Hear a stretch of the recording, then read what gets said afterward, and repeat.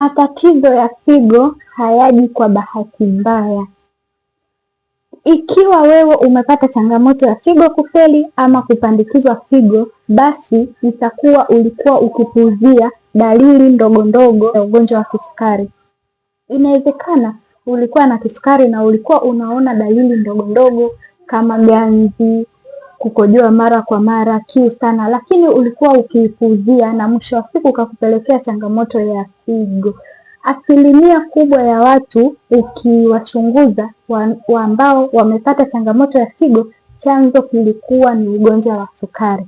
Sasa wewe dhibiti sukari yako mapema, kwa sababu sukari ni ugonjwa hatari sana na unaopelekea matatizo makubwa sana. Ukiona wewe ni mgonjwa wa kisukari ambaye unatumia dawa za hospitali ama dawa za kizungu na ukahisi tayari umeshafikia solution ama umeshapata suluhu ya tatizo lako la changamoto ya kisukari, unaweza ukajiuliza, kuna mtu anatumia dawa za hospitali ndani ya miaka 10, ndani ya miaka 5, lakini kuna wakati sukari iko pale pale inapanda na inashuka. Je, hizo dawa ni salama? Unaona sukari bado ni changamoto kwako.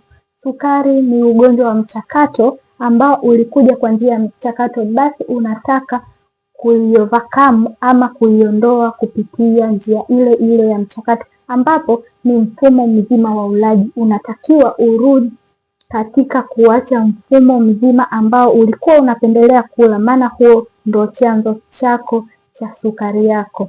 Hivyo basi unaweza kufollow hii akaunti yangu, lakini pia unaweza kunitafuta kwa matibabu na ushauri zaidi.